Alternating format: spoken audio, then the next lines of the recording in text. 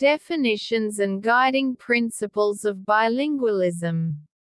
Bilingualism refers to the state of a linguistic community in which two languages are in contact with the result that two codes can be used in the same interaction and that a number of individuals are bilingual. Societal bilingualism. It also includes the concept of bilinguality. Bilinguality is the psychological state of an individual who has access to more than one linguistic code as a means of social communication. The degree of access will vary along with a number of dimensions which are psychological, cognitive, psycholinguistic, social psychological, social, sociological, sociolinguistic, sociocultural and linguistic.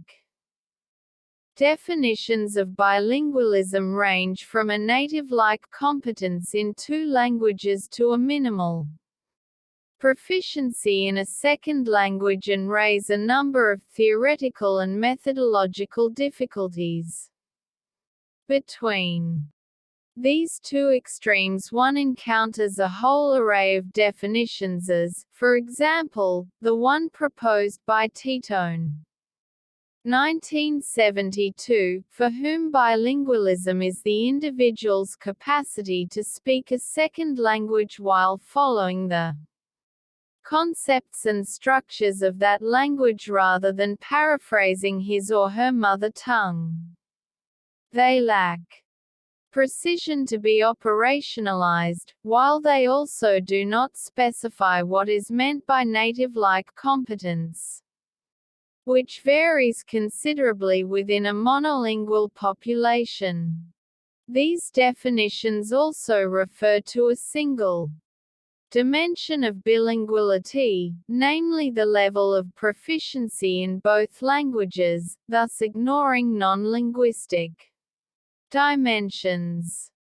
Language, in the first place, is a tool which is developed and used to serve a number of functions, both social and psychological, which can be classified in two main categories: communicative functions and cognitive functions.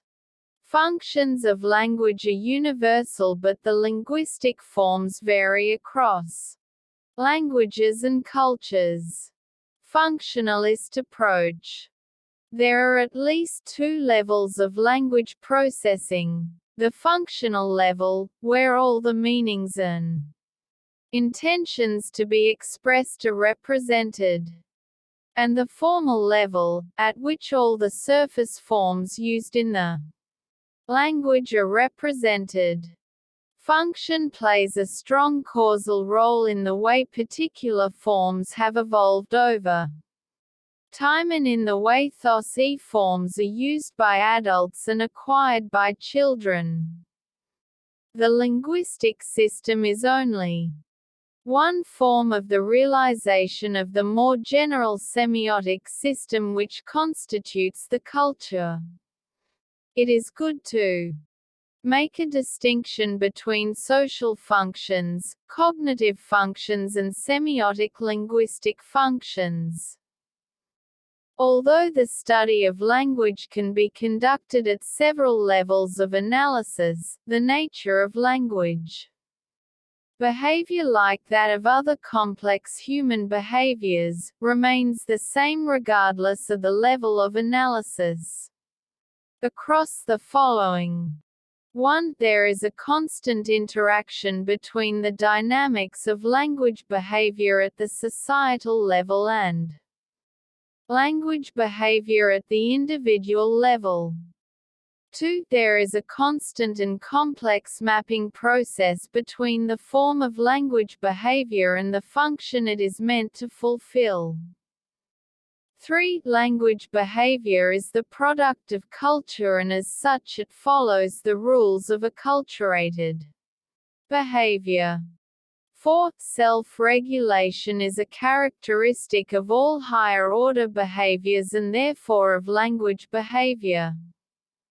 By this we mean that a behavior is not a mere response to stimuli but that it takes into account past experiences.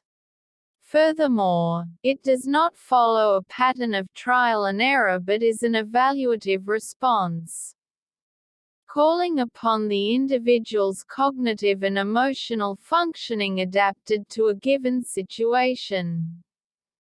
5. Finally, one concept central to this dynamic interaction between the societal level and the individual level is valorization.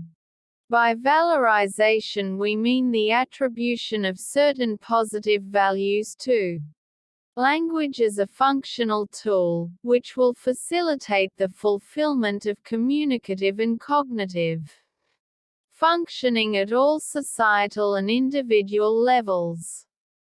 In addition, when two languages are in contact there can be a state of equilibrium between the two languages, in which case the use of both languages is constant and predictable. This equilibrium is not unlike the one existing in ecological systems.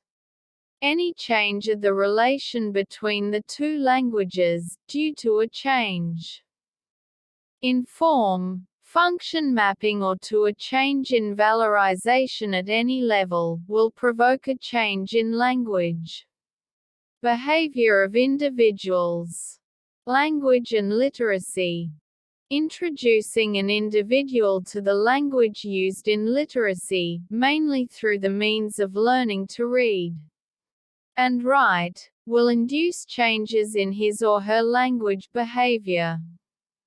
For example, processing a written text calls to a greater extent on the use of decontextualized language.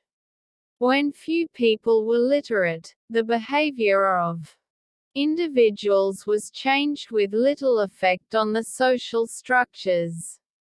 As more and more people become literate, linguistic forms are mapped onto new cognitive functions.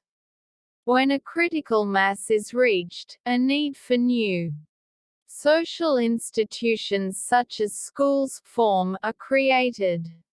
In turn, these institutions serve the function of literacy. As the need to fulfill this function continues to grow, new norms, which evolve into a recognized fundamental right for education, are created. This, in turn, shapes individual behavior. When schooling becomes compulsory, all individuals in a given society are expected to master reading and writing, thus shaping their own individual behavior. The two-level mapping between function and linguistic form is based on the assumption that linguistic forms are developed to express meanings and communicative intentions. As language develops, function mapping is not necessarily a one-to-one correlation. A single form can be mapped onto different functions, e.g. it's cold in here might have a referential function, meaning the temperature is low, or an instrumental regulatory function meaning turn on the radiator. Conversely, a single function may be served by several linguistic forms. An order can be expressed by an imperative, an interrogative, etc. Forms of language and change. Language change. Language is never static but changes over time. Pidginisation is an example in this regard, which is developed for the purpose of minimal communication between individuals, groups speaking mutually unintelligible vernaculars.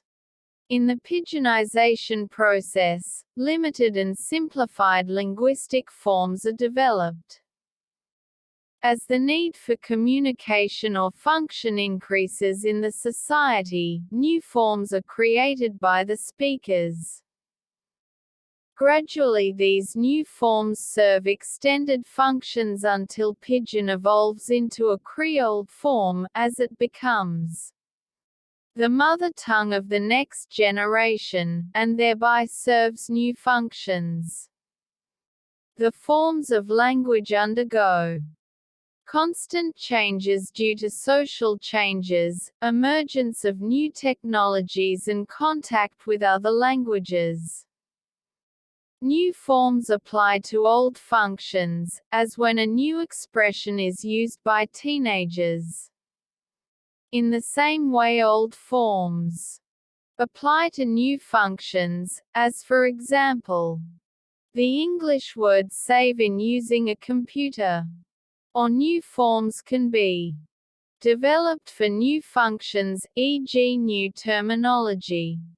Self-regulation. At the individual level, higher-order behavior is self-regulated.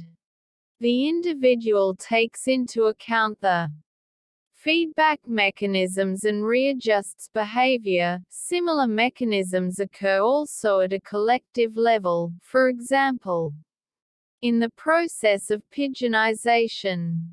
Language valorization. Certain functions are valorized more than others, e.g. the cognitive function in school. If different varieties of language, e.g. accents, are present in the society, one variety may be valued to the detriment of others. A similar situation happens in the case of multilingual societies.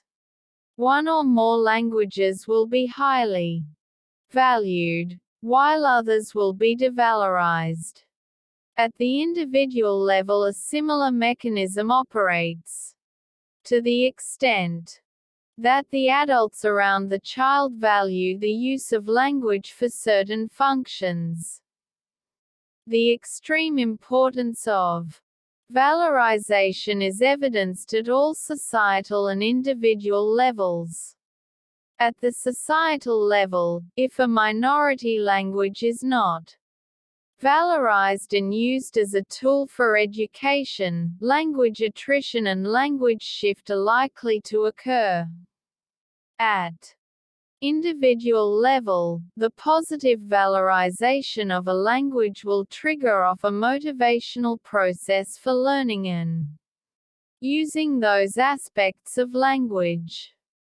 To sum up language behavior, we will focus on different societal and individual levels: societal institutions, groups and social classes, social networks and interpersonal relations, individual, developmental, socio-affective, cognitive and neuropsychological processes as well as language behavior.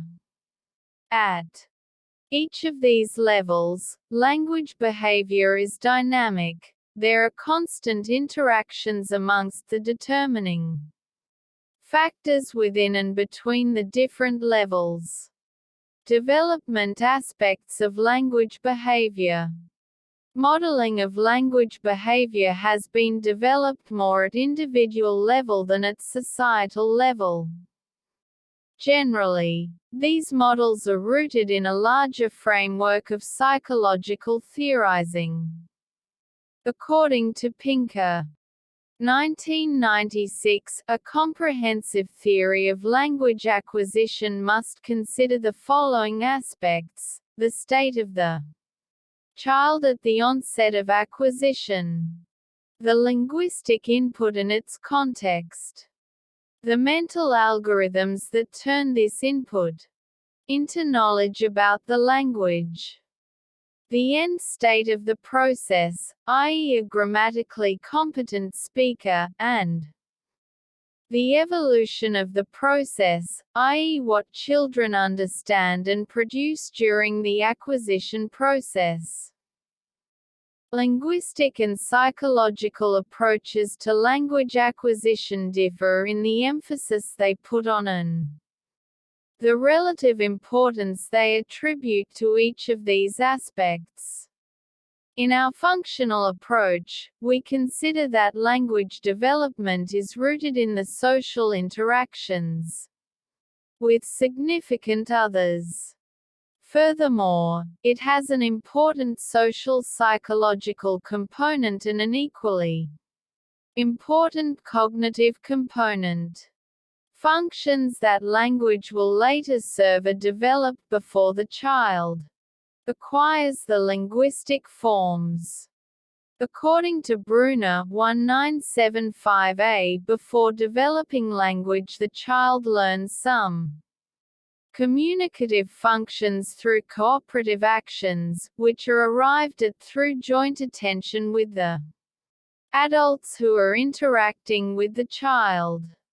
The child is initially equipped with a set of predispositions to construe the social world and to act upon our construal. Bruner, 1990.